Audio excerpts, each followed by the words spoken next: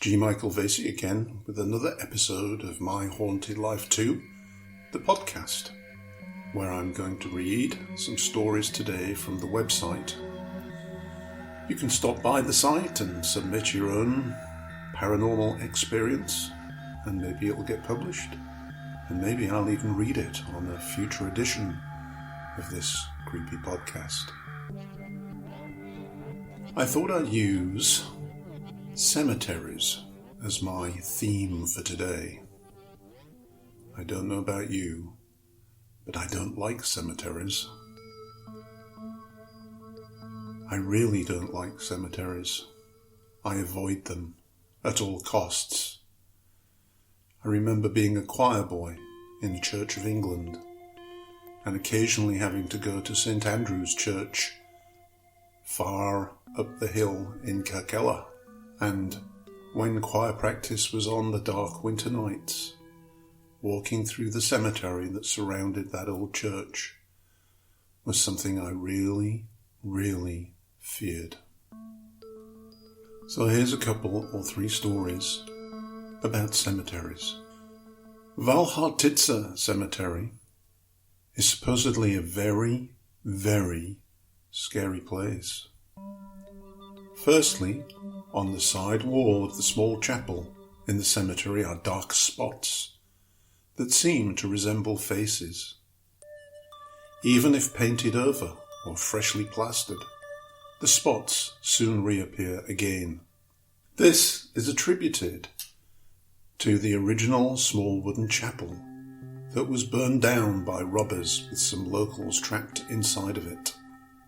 There's also a story made famous in a well-known Czech poem about a local girl whose fiancé returns from the war.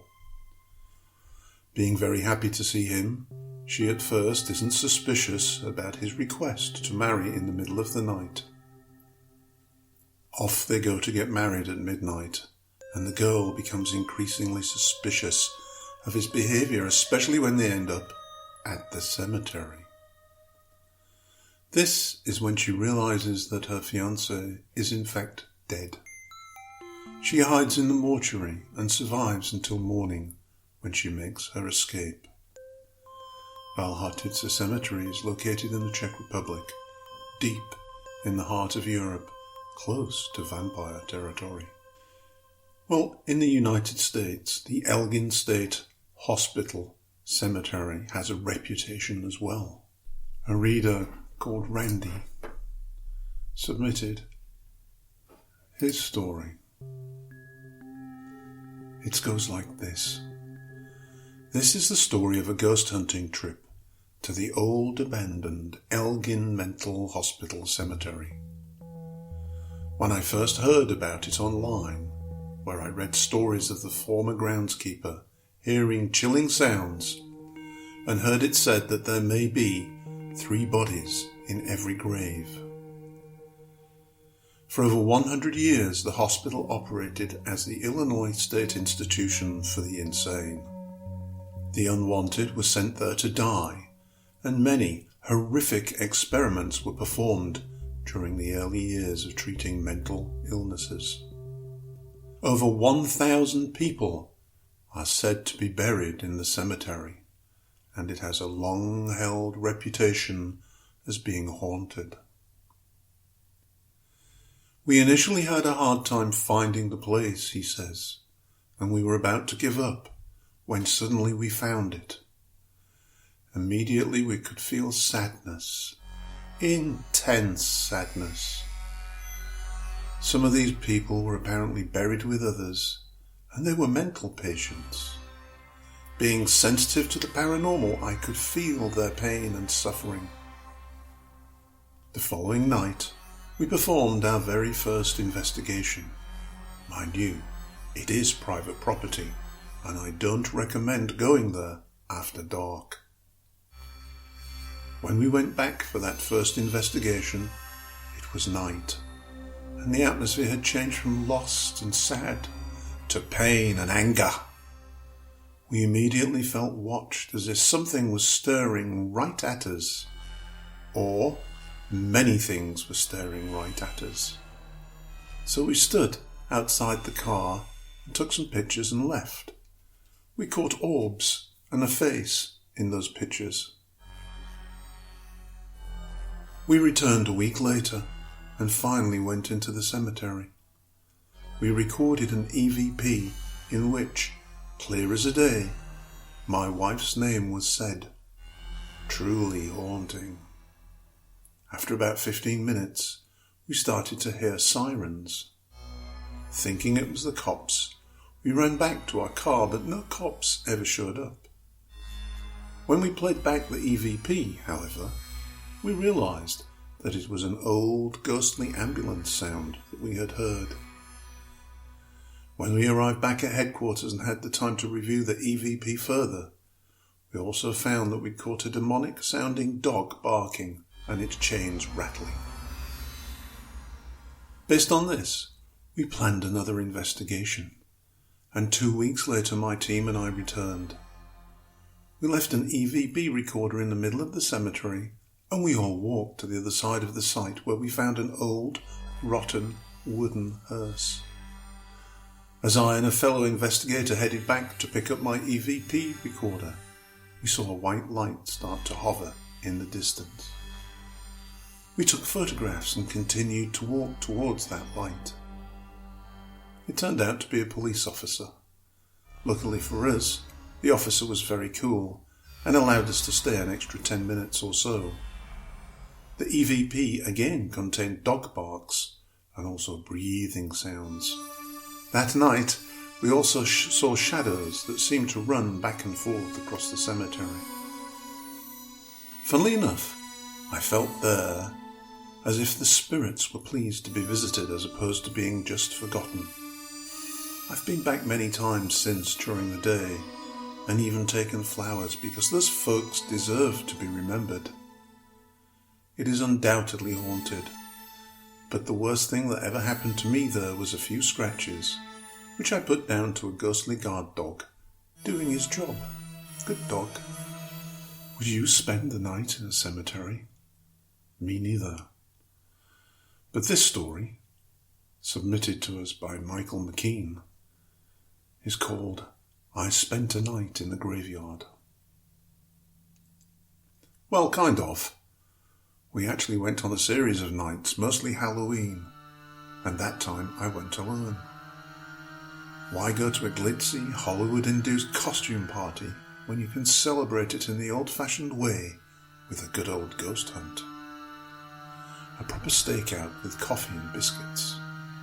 We went armed with a torch, digital camera, voice recorder, and of course, our own senses and judgment, probably the most important tool of all. But also the one most prone to error. Amateurish tech by proper ghost hunting standards, I know, but you have to start somewhere. This tale comes from the Scottish town of Troon, especially an old graveyard and church ruins on the outskirts called Crombiekirkyard. It dates back to 1681, but an older church apparently stood on the site as far back as the 1200s. So we're talking really old here. It was officially closed in 1868 when the town got a bigger cemetery, and the gates have been locked ever since. According to legend, the roof of the church blew off during a storm the same night that Robert Burns, Scotland's national poet, was born in the nearby town of Ayr. However, that tale sounds apocryphal and made up. What's more interesting is a poem made about the place by one John Lang, alleging it to be haunted by ghasts and spunkies, ghosts and strange lights in English. Again, just don't take my word for it. All of this information can be found online. This is a real place, with a real history. If you know the area well enough, there are a few ways to get there, the most direct being through the woods. The gate is permanently locked, and the wall more or less insurmountable, though there is a way in by standing on a tree stump around one side and mounting part of the wall. A cemetery at night was a petrifying thought when I was younger, so simply being there in the dark felt like some kind of an achievement. The hardest part was probably entering in. You're never sure what's on the other side of that wall.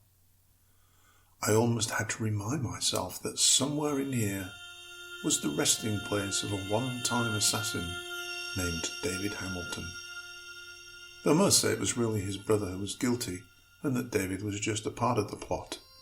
But that's a debate for another time. My photos were fairly spooky in themselves, showing dark trees and ruins looming up against a grey sky, not to mention the jagged metal of the cemetery gate. But there was nothing out of the ordinary. A few dust specks, maybe. Then I set down my voice recorder and we exited the graveyard, hoping to pick something in our absence, and returned a half hour later. Just as the novelty of it all was wearing off, we took a seat on an overturned gravestone, and we were gazing at the stars when a white streak of light came zooming right above us. My friend thought it might be a shooting star, but it seemed much too low and small. Shooting stars travelling in an arc, whereas this light just shot straight by in a perfect line. It was weird, but it was about to get even weirder. As we set off on our way home, another one of these lights appeared just over the ruined church, zooming into the tree line. It was lucky that I turned my head around at that moment to catch it. I wonder how many lights there were that we didn't see. There was no doubting it this time. It was way too low and minuscule to be a shooting star. I can only describe these lights as tiny white balls or globes which travelled very fast. Either it was a ghost, whatever that might be, or I witnessed a strange light phenomenon, possibly something similar to what we now call will-o'-the-wisps, or something we don't know about yet. Maybe these lights were the spunkies reported in John Lang's poem centuries earlier. Spunky is an old Scots word which basically meant a strange light or glowing. The following evening, I listened back to the audio from my voice recorder, all 27 minutes of it, and I did find something, however faint. In between the gentle wind and car noises is what sounds like a tap, followed by 3 or 4 footsteps. I rewound it and compared it with my own footsteps at the start of the recording, and the sound was practically identical. I also tried reproducing the tap sound by touching the screen of the phone and playing it back, and that too sounded quite similar. The whole segment is unique in the footage. Was it simply another person, you might ask? Well, although a main road runs nearby, barely anyone walks this way, especially at night. It's a bit out of the way. Type in Crosby Churchyard on Google Maps, and you'll see what I mean. And I think it's a pretty fair assumption that we were the only weirdos going to this place at night. I suppose the likeliest explanation is an animal, but the footsteps sounded too slow and too heavy to be a squirrel or a rabbit, though that is just my own personal judgment. Nothing happened on the other nights, but that still can't diminish our experiences from the first time. Beginner's luck, I suppose. In fact, the only vaguely paranormal thing we encountered on the second night was a noise outside my friend's home on the homeward journey. All my run-ins with ghosts so far have had that kind of theme. There's something there, not overly clear or discernible, but still quite out of the ordinary. Then in an instant it's gone, or doesn't show up again. It's not as if you can catch it close and then take it back to test in a lab, but you know there was definitely a weird element about the experience. I don't give much credit to feelings of being watched or of a presence. After all, that you feel scared is a fact about yourself and not your surroundings. But I suppose it's not a bad thing to say that at no point in the investigation was I genuinely frightened or alarmed. I even liked it though, the magical stillness of it all. If the one thing's for sure, it's that the dead are less likely to harm you than the living. But whether they're all truly at rest, I still can't say. And finally, just to put you in the mood for bedtime, here's a story called Something Dangerous in the Woods by Dean. In May of 2000, my friends and I were walking out on an early evening. My friend Dave wanted to go to the cemetery just for fun. We wanted to get spooked, I guess. So we agreed. We went through all the graves and I found it creepy and felt as if someone was watching me from far away. So I looked behind me and I thought I saw someone hiding behind a tree. But then I thought my mind was playing tricks on me, so I didn't say anything. My friends were gathered around another tombstone. They found it interesting because it had some markings on it. Me and my friend Rachel went on a wander around when all of a sudden we heard someone crying out in the woods. We decided to go out and see what was going on. We were halfway into the woods when my friend saw something behind a bush. She was scared to see what it was, so I went first. As I was walking, I saw two green eyes looking right at me. I just started screaming, and I grabbed my friend who was petrified and we ran all the way back to the car. My other friends were still out in the cemetery and we quickly called them over to the car. I said that something dangerous was out in the woods, and they ran to the car too and we sped away. While we were in the car, me and Rachel explained to them what happened. All of a sudden, we stopped. My friend who was driving had seen the exact green eyes I saw in the forest right up by a tree that we had passed. To this day, we still don't know what was out there. The very next day, though, we called the police, and they didn't find anything. I do hope you've enjoyed this episode of the myhauntedlife2.com podcast series. Please do visit the website and do leave us your scary experiences. Who knows, I may be reading your story in the next episode. My name is G. Michael Vasey and I write scary books. You can find them on Amazon and you can find them on my website, GaryMVasey.com. Please do share and like this podcast. And if you happen to be on my YouTube channel, please do subscribe. It would be very much appreciated. Good night.